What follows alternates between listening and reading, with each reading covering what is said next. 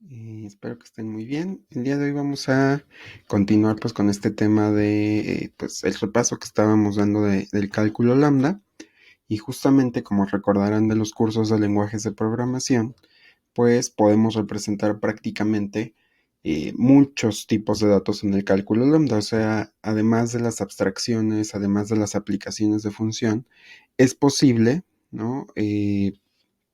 Representar otro tipo de datos como son números, como son booleanos, ¿no? E incluso estructuras de datos. Entonces, lo que vamos a hacer ahorita en esta lección es justamente repasar estos típicos ejemplos de cómo representar números, cómo representar booleanos y combinarlos para definir algunas funciones un poco más interesantes.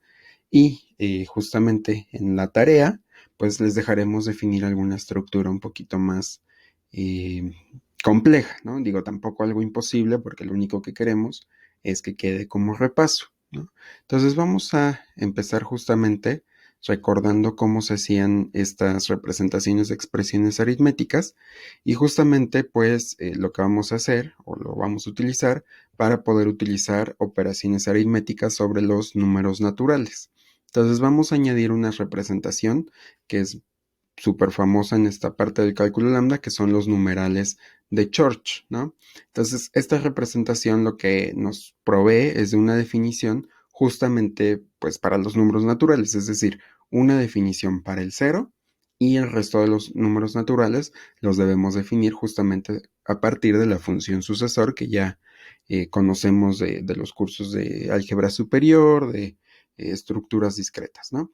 Entonces, de esta forma podemos representar justamente estos números con funciones. Recuerden que en el cálculo lambda todo se representa mediante funciones. Entonces vamos a representar estos números con funciones que reciban por un lado la función sucesor, que le vamos a llamar S, aunque como ya habíamos visto, por las alfa equivalencias realmente podríamos utilizar otra letra, pero para que quede más claro vamos a utilizar la S. Y por el otro lado vamos a dar una función 0, ¿no? Y la vamos a representar justamente con la Z, ¿no? Entonces vamos a definir los números naturales como funciones que reciban esta función sucesor, que reciban la representación para el cero, y pues que se apliquen tantas veces como sea necesario, ¿no? Entonces, por ejemplo, aquí tenemos el número 0 y lo definimos de esta forma. Si recuerdan por la currificación, esto es una función que recibe dos parámetros. Uno es la función sucesor y el otro es la definición del cero. Y como aquí queremos justamente representar el cero, lo que nos va a devolver esta función únicamente, pues es el parámetro z, que justamente representa al número cero. Y si se dan cuenta, no estamos haciendo nada con la s. ¿Por qué? Porque al cero no se le aplica la función sucesor, ¿no? A diferencia de, por ejemplo, el 1. El 1 también lo representamos con una función que tiene dos parámetros, que en este caso son s y z nuevamente. Y a diferencia del caso anterior, aquí estamos aplicando una vez la función de sucesor a z, que justamente representa al 0. El 2 pues es un caso particular, más bien un caso similar al del 1, donde estamos aplicando dos veces el sucesor. Aquí dense cuenta justamente de cómo estamos colocando los paréntesis. Si yo pusiera los paréntesis en otra posición, no estaríamos hablando de la misma representación. Entonces aquí lo que nos están diciendo los paréntesis es que el sucesor primero se le aplica a la z, y a lo que nos devuelva esa aplicación le vamos a volver a aplicar el nuevo sucesor, ¿no? Y así sucesivamente podemos generalizar la regla para n, ¿no? Entonces tenemos que aplicar n veces la función sucesor a z, ¿no? Y aquí pues hay que rellenar con tantos paréntesis como sea necesario, ¿no? Entonces esta representación es bastante simple, bastante intuitiva, pero pues por supuesto para que funcione pues todo va a depender de la definición del sucesor que utilicemos. Entonces una definición muy común que también existe es justamente esta que les estoy poniendo en esta diapositiva, que a lo mejor y vieron en el curso de lenguajes que llevaron, o alguna muy similar, ¿no? Pero esta es una propuesta de función sucesor. Entonces, esta función justamente tiene tres parámetros, si se dan cuenta, y tiene como cuerpo esta aplicación, ¿no? Entonces, ¿será cierto que es una función sucesor? Pues vamos a analizarlo justamente con un ejemplo, ¿no? Creo que en este caso es muy útil verlo con un ejemplo en lugar de verificar que en serio sea la función sucesor, pero por supuesto podemos hacer esa verificación, solo que pues como solo lo estamos viendo como repaso, vamos a irnos directo a ejemplos. Si alguien por alguna razón requiere más otras definiciones del sucesor o quiero profundizar en este tipo de verificaciones, díganme y lo discutimos. Les paso algunos artículos por ahí, ¿no? Entonces, por ejemplo, para calcular el sucesor de 0, que justamente nos tiene que regresar 1, ¿no? Que 0 más 1 es 1, pues vemos que lo que vamos a hacer es pues ejecutar, dicho de alguna forma, porque esto es un formalismo, ¿no? Entonces tendríamos que calcular este valor, ¿no? S va a ser justamente la definición que está aquí arriba y 0 es nuestra definición que teníamos de la diapositiva anterior, ¿no? Entonces aquí tengo esta función, ¿no? Que por definición esto era S y se la voy a aplicar al 0, ¿no? Más bien 0 lo voy a aplicar con esta función. Entonces, hacemos las beta reducciones que ya habíamos repasado en la lección pasada. Tenemos que quitar el encabezado y sustituir este parámetro, que en este caso es n, por el argumento que nos están pasando, que en este caso es 0, ¿no? Entonces se queda mi lambda a igual, mi lambda b igual, esta a no se sustituye, y aquí dentro tenemos una n, entonces esta n sí la vamos a sustituir, y la a y b se quedan exactamente igual, ¿no? Entonces ahí, si se dan cuenta, ya no podemos seguir reduciendo a menos que demos la definición del 0. Entonces, en este paso vamos a ir a buscar esa definición de 0, que como les decía es la que estaba en la diapositiva pasada, justamente esta. Y entonces, entonces justamente ahora lo que vamos a hacer es aplicar esta función con los dos argumentos que tenemos acá. Recuerden que la función 0 recibe dos parámetros, ¿no? Entonces, ¿cómo se hace esta beta reducción? Pues nuevamente quitamos el encabezado, que sería la lambda s, y vamos a sustituir s por a, ¿no? Porque a es el argumento que le estamos pasando. Recuerden que asocia a la izquierda. Entonces, en este caso, el cuerpo no tiene ninguna s, por lo tanto lo dejo exactamente igual y aunque no lo utilizamos, yo ya había consumido la a que recibí como parámetro, entonces ya no aparece en ningún lugar. Me queda esta función que es justamente la identidad representada con la variable z y la voy a aplicar con b. Al ser la identidad, pues obviamente nos deja la misma b y entonces la expresión resultante que tenemos es justamente esta y entonces ustedes dirán, pero yo estaba esperando que fuera el 1, pero si se dan cuenta esto es alfa equivalente con la definición del 1 que ya habíamos visto. Esta a la cambio por s, ¿no? Justamente como acá, y la b la cambio por z y tenemos exactamente la definición del 1, ¿no? Entonces, parece ser, ¿no?, que justamente esta definición del sucesor sí está cumpliendo su propósito, ¿no? Entonces, ya que definimos esta forma de representar números, pues obviamente podemos ya definir algunas operaciones aritméticas sobre los números naturales. Comenzamos justamente con la suma, que es la pues típica operación que vamos a trabajar, y si lo analizan o si no lo han hecho más bien, o uno esperaría que ya analizaran cómo funciona la suma en algún curso de los primeros semestres, y si no lo han hecho, pónganse a pensar que justamente cuando uno suma, en realidad lo que estamos haciendo es aplicar la función sucesor, ¿no? Por ejemplo, si yo quiero sumar dos números, ¿no?, n y m, sean cuales sean, lo que tengo que hacer es aplicar la función sucesor n veces a m, ¿no? Por ejemplo, si yo quiero sumar 2 con 3, lo que tengo que hacer es aplicar dos veces la función sucesor a 3. Entonces, ¿cómo se hace esta reducción? Pues primero busco la definición del 2, que es justamente esta, aplicarle dos veces el sucesor a 0, y pues le voy a pasar s como parámetro primero, ¿no? Recordemos nuevamente que asocia a la izquierda. Entonces, ¿cómo se sustituye esto? Quito el encabezado y sustituyo todas las s por s mayúscula en este caso. Me queda este valor, ¿no?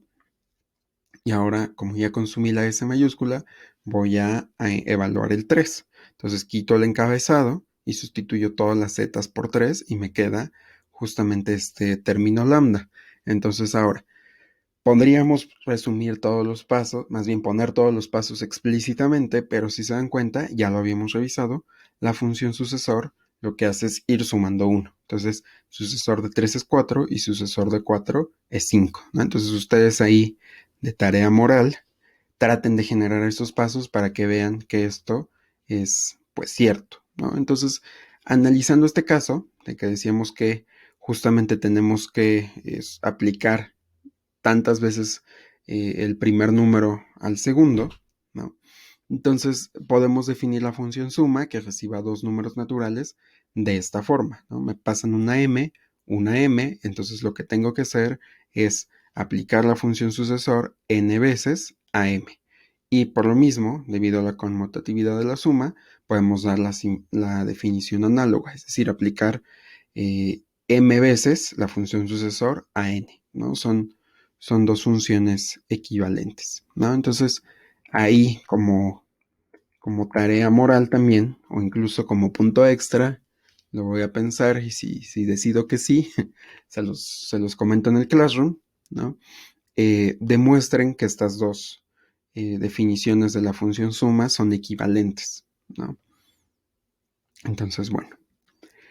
Otra operación muy importante, o más bien muy utilizada, bueno, sí importante, es el producto, ¿no? Entonces, similarmente a como ya lo analizamos en la suma, podemos definir el producto de esta forma, ¿no? Entonces, no les estoy poniendo la explicación de cómo se construye esta definición, justamente para que la analicen, ¿no? Entonces, piensen, ¿no? En cómo funciona esta función, ¿no? Y entonces les voy a dejar nuevamente de tarea moral que utilicen esta función para calcular el producto de 3 por 3 y vean que en verdad pues nos devuelve ¿cómo se dice? Nos devuelve el producto de estos dos números, ¿no? Entonces lo que tendrían que hacer es pasarle aquí el 3 como primer argumento y el 3 como segundo argumento nuevamente y ver qué pasa, ¿no? Entonces ahí todos estos ejercicios que les estoy diciendo los estoy colocando en las notas para que ahí sepan que existen. Ya si los tomo en cuenta para punto extra o no es otra cosa, ¿no? Pero ahí los tienen para que los puedan consultar, ¿no? Entonces ahí ya les diré después qué decido. Y otro tipo de dato que podemos representar son justamente las expresiones booleanas, ¿no? Entonces, al igual que con los números naturales, es posible que representemos este tipo de expresiones y obviamente las operaciones entre estas. Y en este sentido, pues necesitamos definir primero que nada a las constantes lógicas, que son justamente verdadero y falso, ¿no? Entonces las vamos a representar con la letra T y F respectivamente, y esta es la definición, ¿no? Entonces la función t justamente recibe dos valores para verdadero y para falso respectivamente y vamos a devolver el primero de estos, que sería justamente verdadero. Y análogamente, la función f va a regresar el segundo valor, ¿no? Entonces, además de para operaciones booleanas, estas funciones tienen otras aplicaciones, como iremos viendo más adelante, ¿no? Entonces, con estas dos constantes ya definidas, podemos definir justamente algunas operaciones booleanas, ¿no? Por ejemplo, aquí tenemos la negación, ¿no? La negación la vamos a representar con este símbolo y esta es su definición. Entonces aquí les estoy poniendo las tablas de verdad de ambos valores que podría tener la negación. Recordemos que la negación solo aplica para un argumento, entonces la tabla de verdad pues únicamente se aplica para falso y para verdadero, ¿no? Entonces aquí está la tabla de verdad de false, ¿no? Entonces aquí es toda esta reducción la estoy poniendo en las notas. Ustedes léanla y díganme si en verdad está bien hecha, ¿no? Que digo, según yo sí, ¿no? Pero pues a ustedes, para que vean que en serio funciona la definición de la negación, vean que sí llega a true, ¿no? Que a lo mejor y no, ¿no? O sea, podría ser, ¿no? Y lo mismo para acá, que llegue a false. Entonces aquí lo que estoy haciendo es negando false. Recordemos que false es esta definición y en el otro caso estoy negando true, recordando que esta es la definición de true, ¿no? Entonces, otra operación importante es la disyunción aquí ¿cómo se dice? En el álgebra booleana. Y pues aquí ya tenemos nuevamente cuatro, bueno, no nuevamente, más bien ahora tenemos cuatro valores de verdad posibles, que son cuando me pasan dos valores falsos, cuando me pasan un falso y un verdadero en ambas posiciones, es decir, primero el falso o luego primero el verdadero, o cuando los dos valores que me pasan son verdaderos. Entonces aquí ya tengo también el desarrollo de las tablas de verdad. Vemos que falso o falso es falso, que falso o verdadero es verdadero, y que verdadero o falso es verdadero, y que verdadero y verdadero, más bien verdadero o verdadero es verdadero, ¿no? Entonces es la tabla de verdad que ya están acostumbrados desde primer semestre, pero con el desarrollo justamente de esta definición. Entonces, así como les pedía que revisaran el de la negación a manera de repaso, pues hagan también el de la disyunción. Recuerden que estamos repasando esto, ¿no? La idea no es que se traumen con que, es que tengo que volver a aprender cálculo lambda. No, lo estamos repasando para que vean cómo se aplica directamente a los lenguajes funcionales, ¿no? Entonces, por eso no estoy, digamos, detallando mucho algunas cosas porque podrían repasarlas ustedes solitos. Yo creo que leyendo algo que ya vieron en otro semestre, pues vienen como estos flashbacks, ¿no? De, esto era así, ¿no? Entonces, eso es lo que quiero lograr con esta parte. Así como en la programación lógica les comentaba que sí estábamos viendo los fundamentos, pero tampoco profundicé mucho, por ejemplo, en la parte de, ¿cómo se llama? De llegar a la forma clausular, que les dije, pues repásenlo en la tarea. Justamente esto quiero lograr con estas lecciones de cálculo lambda, que simplemente recuerden cómo se hacía, ¿sale?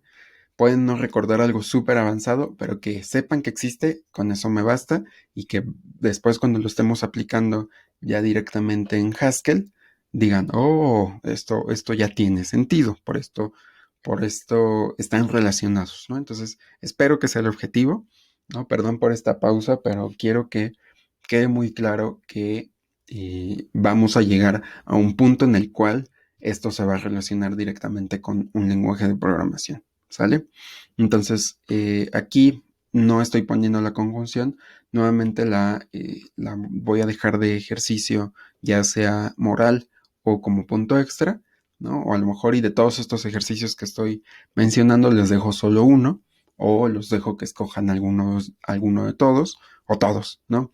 Entonces, en las notas ahí van a estar los ejercicios plasmados para que los chequen. Entonces, un nuevo ejercicio es la tabla de verdad de la conjunción. Que de hecho estos ejercicios, si yo fui su ayudante en lenguajes, les he dejado la mayoría, ¿no? Entonces, para que los repasen, ¿no?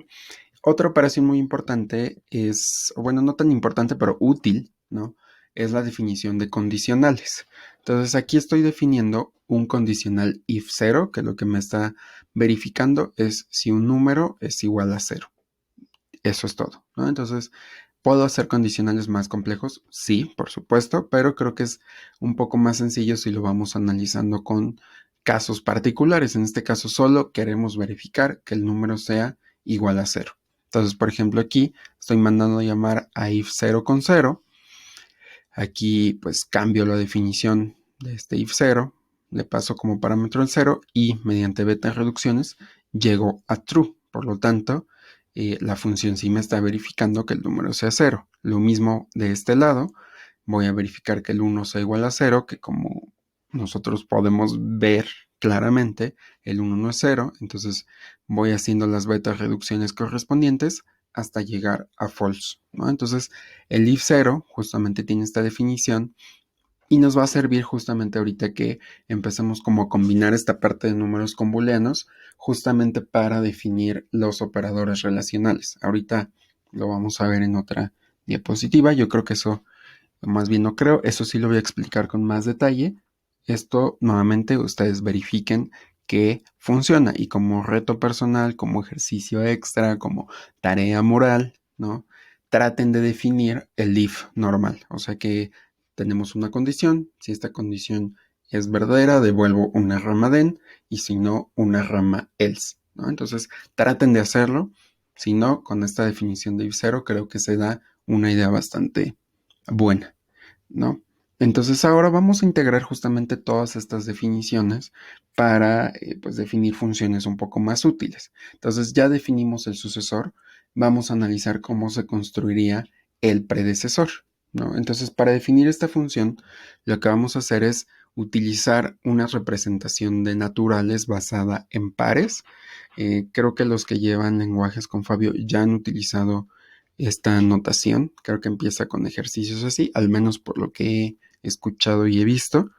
Y en lenguajes, al menos en lenguajes con Carla, al menos no recuerdo si hace 2 semestres lo trabajamos de esa forma, pero el pasado vimos esa representación brevemente, ¿no? Entonces lo que vamos a hacer es construir un par. Ajá, recuerden que un par tiene dos elementos.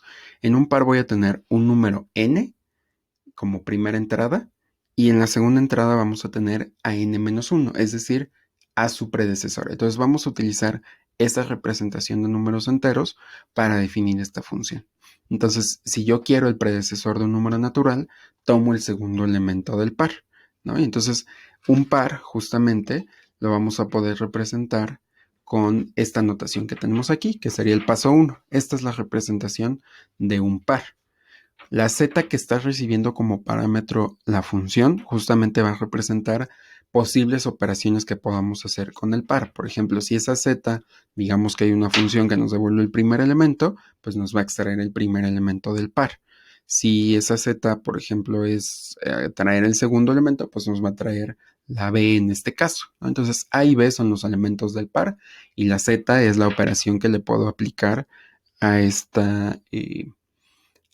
par, ¿no? En particular, si estamos hablando de traer el primer elemento y traer el segundo elemento, ya utilizamos dos funciones que hacen eso. Justamente son las definiciones de verdadero y falso. Por eso les decía que las vamos a utilizar para cosas que a lo mejor ni siquiera tienen que ver con álgebra booleana directamente, ¿no? Entonces ahora, justamente, si esta es mi definición de un par, si yo le paso true, va a sustituir la z por t y justamente lo que va a hacer es aplicarle el true a y b, y true, si se acordaban, trae el primer elemento como resultado, y lo mismo aquí, si le paso la f, voy a obtener el segundo elemento y hasta llegar a b, ¿no? Entonces, esta es una forma de operar con pares, es una representación bastante simple, pero que cuando ya la empezamos a integrar, pues no va a ser tan simple, ¿no? Entonces les decía que lo que vamos a hacer para construir el predecesor es tener un par que tenga como primera entrada un natural n y como segunda n-1. Entonces, antes de llegar a esa definición, o más bien a partir de esa definición, vamos a construir el par n más 1, n. Ajá. Entonces, lo vamos a construir a partir del par n, n-1, ¿no? En las notas viene ya bien definidos estos pasos, ¿no? Y vamos a representar este par justamente al cual queremos llegar con un parámetro al cual vamos a llamar P. Y entonces de P lo que vamos a hacer es extraer el primer elemento y le vamos a aplicar la función sucesor. Entonces a esta función le estamos llamando de esta forma, ¿no? Y justamente, ahí mi gato está interrumpiendo, perdón, justamente estamos recibiendo el par n, n-1 como parámetro y estamos recibiendo como segundo parámetro un, un nuevo par, ¿no? Este par, o más bien lo que regresa es un par.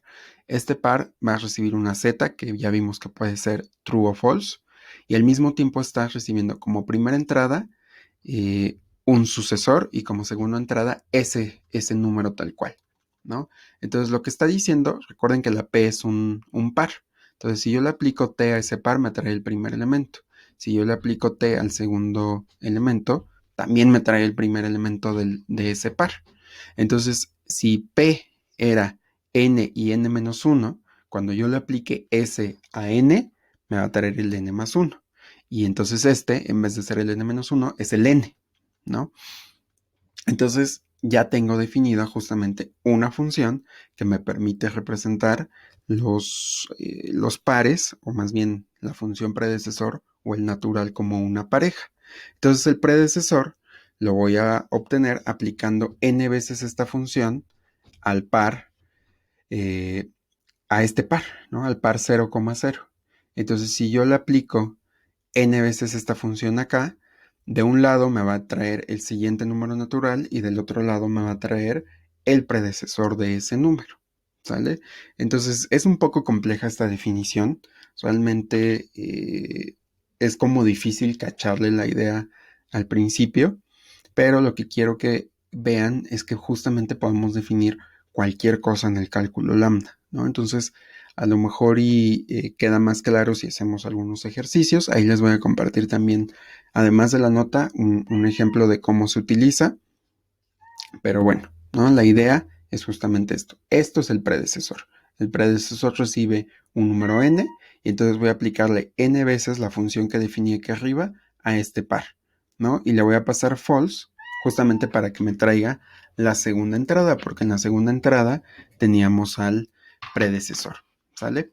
Entonces ahora, utilizando estas definiciones, podemos, como les decía, definir los operadores relacionales. Entonces, si yo quiero, por ejemplo, definir eh, la función o la operación de mayor o igual, pues podemos verificar, por ejemplo, que 2 es mayor o igual a 1, que 3 es mayor o igual a 5, pero pues justamente lo que tenemos que hacer es aplicar la función predecesor. Entonces, en el primer caso que les decía de 2 mayor o igual a 1, lo que tenemos que hacer es aplicar la función predecesor 2 veces a 1, ¿no? Entonces, si yo aplico 2 veces el predecesor a 1, de alguna forma llegué al 0. Si llegué al 0, voy a decir que sí, que sí es mayor o igual. Si llego a un número distinto, pues voy a concluir que no. ¿Cómo verifico si llegué al 0 o no? Pues justamente vamos a utilizar a un viejo conocido, que en este caso es el if 0, ¿no? Al if 0 le voy a poner como nombre, en este caso z mayúscula, aquí le cambié el nombre para que no se viera como tan amontonado el if 0, entonces le puse z en vez de if 0. Entonces, si yo quiero ver si x es mayor o igual que z, le voy a aplicar x veces la función predecesora y voy a verificar que el resultado sea en efecto 0. Ahora, dense cuenta que, o más bien no dense cuenta, pero una observación del predecesor es que si yo intento calcular el predecesor de 0, voy a volver a tener 0, porque como son naturales, no nos podemos salir del conjunto, o sea, nuestra función predecesora es cerrada, no salimos del conjunto de los naturales nunca, ¿no? Y pues ya que tenemos justamente definido el mayor o igual, de la misma forma podemos definir otras operaciones, por ejemplo aquí la igualdad. La igualdad en este caso sería ver que si tengo dos números, ver que el primero es mayor o igual al segundo y que este y les decía que ustedes lo definan, sea mayor o igual volteando los parámetros, o sea, y mayor o igual a x, ¿sale? Entonces, esto es básicamente lo que podemos definir en el cálculo lambda. Espero que les sirva un poco de repaso. Si tienen dudas con estos temas, que seguramente las habrá, ¿no? Porque creo que es un poco difícil explicar estos temas sin el pizarrón, ¿no? O teniéndolos directamente en vivo, pero voy a tratar de proporcionarles la mayor cantidad de material de este tema para que sea un poco más fácil pues repasar, ¿no? De cualquier forma, si tienen dudas, nos pueden preguntar los ejercicios que les estoy mencionando ahorita. Ya veremos si se los dejamos como punto extra, dependiendo de qué tan bien vaya el repaso. Si no, pues ustedes háganlos de tarea moral, que espero que así sea, ¿no? Entonces, bueno, si tienen dudas, ya saben, las dejan en el Classroom, en el video, o nos escriben directamente, como ustedes prefieran. Y nos vemos en la siguiente lección, donde vamos a ver ahora cómo hacer recursión dentro del cálculo lambda, ¿sale? Entonces, bueno, se cuidan chicos, bye.